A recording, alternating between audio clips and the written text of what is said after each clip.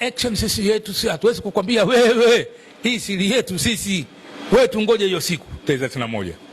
Halafu utatuona. Ikishapita hiyo nite. Mmefanya mbinu gani ndo nitakwambia mbinu tulofanya sisi hii.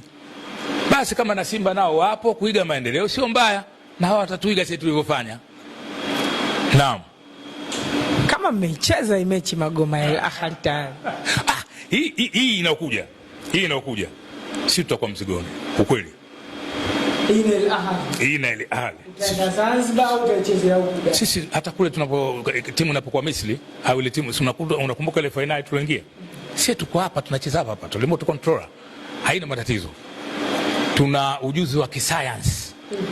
Tunaujua sisi. Wewe siri yetu sisi usitake kujua sana. Unaweka kiganjani wewe mambo yako yote mahesabu yako unafanyia hapa tu. Sisi tutaingia kwa hali na mali. Mwenyezi Mungu tuatuweke hai, tuwe na afya njema, tutaipambania Yanga ili na sisi tuvuke. Kama yeye ana pointi 7 na sisi tunataka tuwe na 7. Maamuzi yawe katika magoli. Nani atangulie? Na sio pekee kata huyu anayekuja. Sawa? Yes. Sawa. Uende ikawa ule mtaji wa magoli alikuwa nao Al Ahly, tukao tunashindana sasa katika ule mtaji wa magoli. Wala usio na wasiwasi. Naam. Nakusikiliza wewe.